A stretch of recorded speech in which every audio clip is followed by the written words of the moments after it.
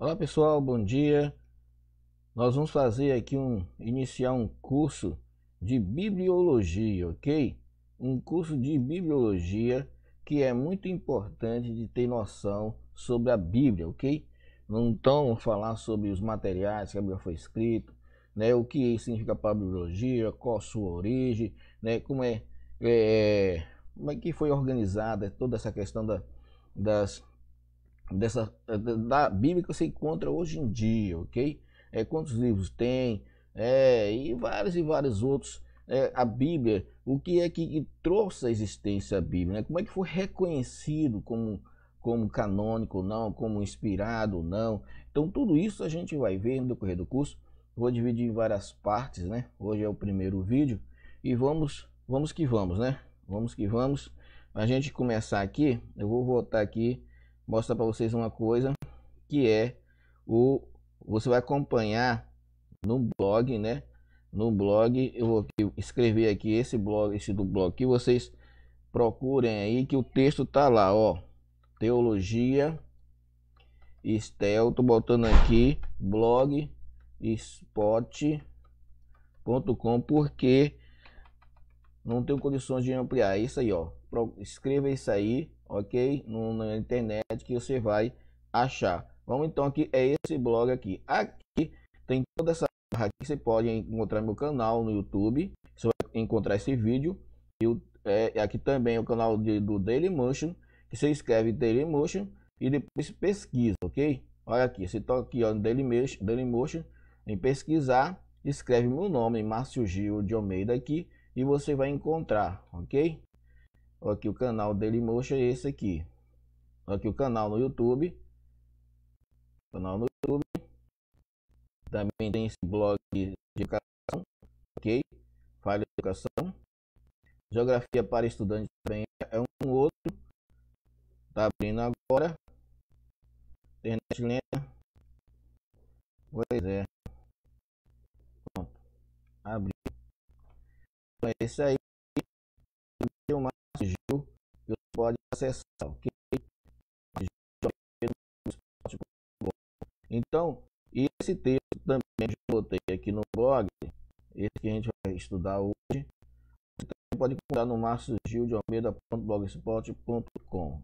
Tomara que você esteja aqui me ouvindo bem, né? Vou ligar o celular até para ver se está passando bem essa imagem, esse som.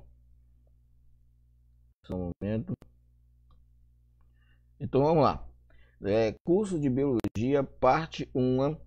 Essa é a nossa temática de hoje, é a parte número 1, onde eu vou tratar de quê? Vou tratar do conceito, do que vem a ser bibliologia, do que vem a ser a Bíblia, né? A divisão da Bíblia, como é que ela é dividida, o estudo, a divisão da bibliologia, né? O objeto, né, da introdução à Bíblia, a origem da Bíblia, conforme está aí, ok? Ó, outros nomes da Bíblia, os nomes técnicos e nomes que não são técnicos, né? Os nomes figurativos. Vamos ver aqui também outras coisas mais, como ela veio à existência, e como ela veio até nós. É o início dessa questão de como veio até nós.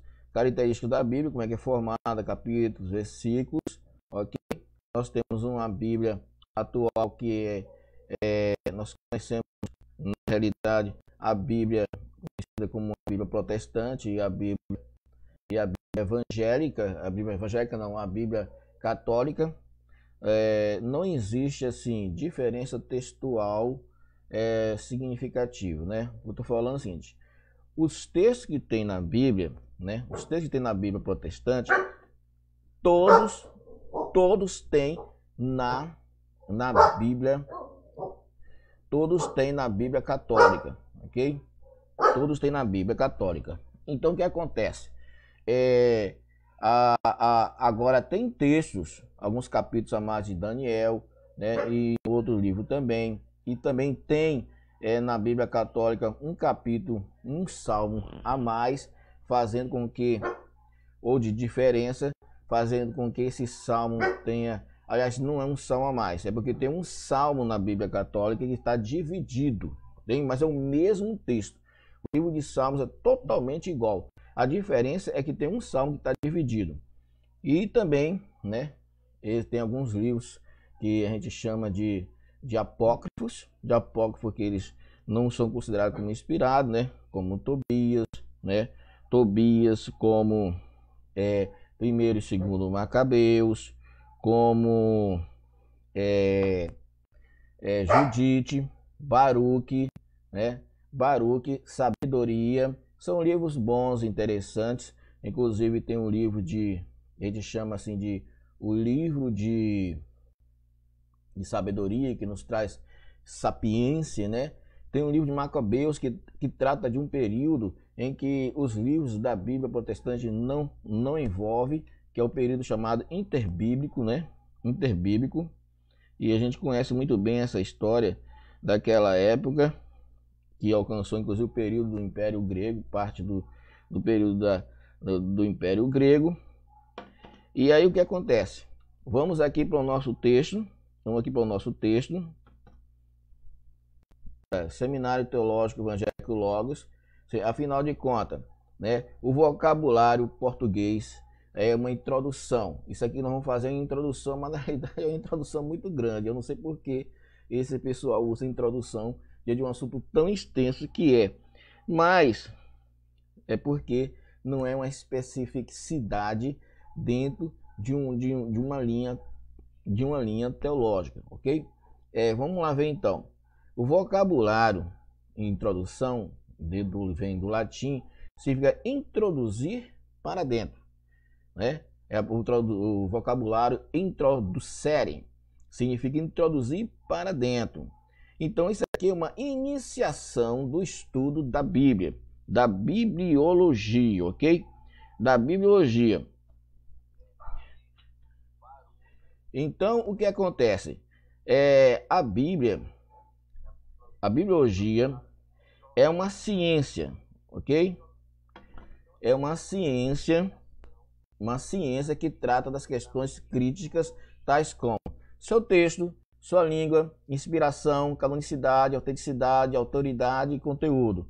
Lembrando, a Bíblia, ela tem um texto atual, que é um texto assim, já traduzido em português, a nossa, né? Antigamente era difícil de encontrar um texto bíblico traduzido, né, para a língua do povo, mas hoje não. A Bíblia é o livro mais vendido do mundo, e você encontra textos, né, hoje em dia até versões diferentes. Por exemplo, a Bíblia de João Figueiredo, né, ele chega de Almeida, hoje em dia não tem apenas uma versão, tem várias versões. Aí você tem aí a Bíblia em que a revista atualizada, revista corrigida. Aí surgiu outras Bíblias, a Bíblia Linguagem de hoje, a Bíblia Viva, a Bíblia Internacional, entendeu? São apenas versões de uma mesma tradução e que demora muitos anos para ser elaboradas. Qual foi as línguas que foi usado para escrever a Bíblia, né? Você tem aí o hebraico, alguns textos pequenos em aramaicos e outros textos, o Novo Testamento todo em grego. Não é o grego moderno e nem o hebraico, o aramaico, né, moderno. É um chamado grego koiné e o hebraico clássico, onde quando a gente estuda, eu primeiro quando estudei hebraico no seminário, eu estudei o hebraico massorético, porque é o hebraico com sinais vocálicos. Você vê que o hebraico atual de Israel não se usa sinais vocálicos, eles retiraram esses sinais, né? E para quem, por exemplo, aprendeu a ler, como eu, hebraico, entendeu? Com sinais vocálicos, fica muito difícil sem esses sinais vocálicos. Então a gente tem que treinar mais, estudar mais, para poder chegar e saber ler baseado na palavra, né? Na palavra. Então olha só. Então a bibliologia é um tratado de todas as questões cujo conhecimento imediato é indispensável na preparação para entender o sentido da Bíblia. Lembrando sim que a bibliologia trata da canonicidade, que é o reconhecimento dos livros, quais são os livros que são inspirados, são dignos, são confiáveis ou não. Também trata a respeito da autenticidade do texto, né? Da autoridade e do conteúdo em si. É a ciência que trata de certos assuntos que são preliminares no estudo da interpretação bíblica. Então é muito importante saber disso. Você vê que a bibliologia tem a divisão da Bíblia, que nós vamos ver mais tarde, dentro da bibliologia, mas eu estou falando aqui agora a respeito da introdução, né, que a introdução à Bíblia, quer dizer, a bibliologia divide-se em duas partes, a geral e a especial. A geral trata de quê? Como você vê escrito aí, como ela veio à existência, como chegou até nós, sua inspiração, sua canonicidade, suas línguas, sua genuinidade, integridade, sua autenticidade, credibilidade, sua autoridade. A especial da bibliologia, dentro da divisão, tem a geral e a especial. A especial trata da unidade, autoridade, caráter literário, data, local em que foi escrito e tenacidade. Observe isso aqui, ó, o objeto da introdução à Bíblia. É verdade que várias ciências podem ser introduzidas para poder compreender, né, essa formação bíblica, uma questão histórica, filosófica, arqueológica, né, e que a gente tem que medir exatamente o quanto vai entrar dessas outras ciências, para que não possa, então, distorcer a realidade, ok? Vamos aqui à origem da palavra da Bíblia. A palavra Bíblia, ela vem do grego, se muitos falam Bíblia, porque está na primeira declinação, né? Na primeira declinação. E você tem também Biblion, que é o grego, no caso assim, e ele está no neutro. Olha só, a palavra Bíblia significa o quê? Livros. E nem sempre a Bíblia teve esse nome, ok? Foi o nome que pegou, é um nome que inclusive não está dentro da Bíblia, não está escrito em nenhum lugar da Bíblia, essa palavra Bíblia, pelo menos que eu saiba, entendeu? Acho que não está mesmo, né? Mas a Bíblia, dentro das Escrituras, as pessoas, né, faziam referência com outros nomes. Então, observe só o seguinte aqui, ó, né? Observe só o seguinte aqui, eu deixei o texto aí, você pode ler, ok? Outros nomes dentro da técnicos e figurativos. Primeiros técnicos, olha só, e tem a referência bíblica que é utilizada. Técnico, eu estou falando dentro do contexto da bibliologia, ok? Já que a teologia é uma ciência, né? Ela é uma ciência porque ela é sistemática, ela não é experimental, né? Vamos dizer assim, a biologia você pode pegar um objeto, né, uma célula e estudar várias e várias vezes ali e trazer para o laboratório. A teologia você não traz para o laboratório, mas ela é estudada. Ela existe um sistema de organização, existe uma racionalidade, ok? Por isso que é chamado de ciência. E tem pessoas, até acadêmicos, que não reconhecem a teologia como ciência, mas tem outros que reconhecem. O fato é que teologia está aí nos cursos acadêmicos, né, sendo reconhecido devidamente. A palavra, nomes técnicos, você tem aí, por exemplo, a escritura, as escrituras, a palavra de Deus tem referência do lado aí, a palavra do Senhor, a palavra de Cristo, a palavra da verdade, né? A lei, as sagradas leis, palavras da vida, a escritura da verdade, a palavra da graça, a palavra da fé, a palavra da justiça, a palavra do testemunho, o livro do concerto, os oráculos de Deus, né? As santas escrituras, a lei do Senhor. Você tem figurativos agora, os nomes figurativos da Bíblia.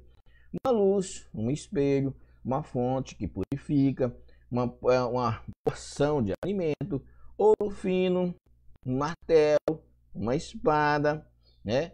Então, esses são nomes figurativos e técnicos que eu mencionei aqui, que substituiria, né, o nome Bíblia, né, porque o nome Bíblia, ela surgiu, né, foi até um grande pregador, voltando aqui, que quem colocou esse nome, Bíblia, nas Escrituras Sagradas, foi João Crisóstomo, né, de 345 a 407, né, a 407 depois de Cristo. Ele é um pregador famoso, conhecido como Boca de Ouro, o Boca de Ouro, ok? E antes, já falei para você dele colocar esse nome, tinha esses outros nomes aqui técnicos que eu li e também figurativos. Observe só como ela veio, como a Bíblia veio à existência. Você sabe que nos dias, por exemplo, de Adão, Noé, Abraão, Isaac, Jacó e José, quando Deus falava, então, para que os outros que não viram ou que ainda não tinham nascido, que viriam a nascer, eles havia a tradição oral, aonde eles passavam de um para outro, até que finalmente chegou na época de Moisés, que em Êxodo capítulo 17 a 14, Moisés recebeu a ordem do Senhor: escreve isso para memória num livro, né? Isso está escrito em Êxodo 17, 14. E em Êxodo 24, 4, tem escrito: Moisés escreveu todas as palavras do Senhor, ok? Então, ela chegou até nós através da escrita, ok? Primeiramente oral, né? Na época de Abraão não existia as escrituras, nenhuma delas que você tem acesso hoje em dia, nenhuma delas. As escrituras passaram a ser escritas a partir de Moisés. E Moisés, então, é colocado como um autor, né, como escritor, aliás, como escritor de Gênesis, Êxodo, Levítico, Números e Deuteronômio. Aí você tem aqui, nesse primeiro tópico, a natureza da bibliologia, da Bíblia. Os céus declaram a glória do Senhor, e o firmamento anuncia as obras das suas mãos. Portanto, o que se Deus pode conhecer e manifesta entre eles, porque a Bíblia, porque Deus lhes manifestou, porque os atributos invisíveis, tanto o seu eterno poder como a sua divindade, claramente se reconhece desde o princípio do mundo, sendo percebido por meio das coisas que foram criadas. Romanos 19, 20. Então, a natureza da Bíblia é uma natureza espiritual. A sua inspiração, e a gente vai tratar do conceito mais tarde, em outro dia, sobre o que é inspiração, o que é revelação, o que é iluminação. Então, mas a inspiração, a Bíblia, é um livro espiritual, né? Espiritual, é um livro de sabedoria, né? Então, o que acontece? É uma sabedoria moral, uma sabedoria moral. Então, o que acontece? Dentro da Bíblia, existe uma revelação de quem é Deus, né? Mostra quem é Deus para nós, não na sua plenitude, só apenas aquilo que é possível a gente ficar sabendo, né? E mesmo assim, o que tem escrito lá, tem muita coisa que a gente lê e a gente acaba passando, a gente não consegue perceber. Mas esse objetivo da Bíblia é levar a mensagem da existência de Deus aos homens, a mensagem da experiência com Deus, da salvação, entendeu? Da esperança, das coisas que vão acontecer no futuro, né? Compreender o mundo baseado nessa perspectiva teológica. Então, vamos ver aqui que esse segundo, né, a questão de como ela veio até nós, nos traz também a concepção da consciência. Porque aqui você observa que esses mostram as normas da lei gravadas no coração, testemunhando também a consciência, acusando ou defendendo. Romanos 2,15. É por isso que o homem que nunca viu a Bíblia saber internamente que matar ou roubar é uma coisa ruim, porque Deus colocou a consciência no homem, os mandamentos do homem, aquelas partes principais daquilo que é certo, daquilo que é errado, do valor, de um valor moral, entendeu? E quando nós trazemos a palavra de Deus, que traz uma revelação clara para ele, entendeu? É o complemento, né, para poder chegar a uma plena comunhão com Deus. Ó, como ela veio até nós? Como é que a Bíblia veio até nós, né? Aqui você tem, já falei, a transmissão verbal, né? Transmissão verbal que eu já expliquei, em que Deus falou para o que Deus falou para Adão, ele passou para os filhos dele. Da mesma forma que Abraão, né, passou para Isaac, e vamos que vamos, né? Aí chegou a parte escrita na época de Moisés, a revelação direta no Espírito Santo. Olha só, seus defensores afirmam que Moisés escreveu o Gênesis sob completa inspiração do Espírito Santo. Particularmente, não temos nenhuma dificuldade em crer que as duas coisas aconteceram. Com certeza. Tem coisa que Moisés escreveu foi porque ele recebeu por transmissão oral. Tem coisa que Moisés escreveu porque Deus inspirou. Nem todo profeta escreveu o seu livro, por exemplo, porque na hora ele recebeu uma inspiração do céu, escreva essas palavras. Não, nem tudo ele, né? Mas ele tinha no coração aquele impulso de Deus de escrever, entendeu? De escrever. E ele foi e escreveu com a inspiração de Deus, sem ter uma revelação específica, mas algo que ele registrou como sendo de Deus. Vamos lá, então, aqui, ó, características bíblicas. Você tem os capítulos, a Bíblia nem sempre foi dividida, né?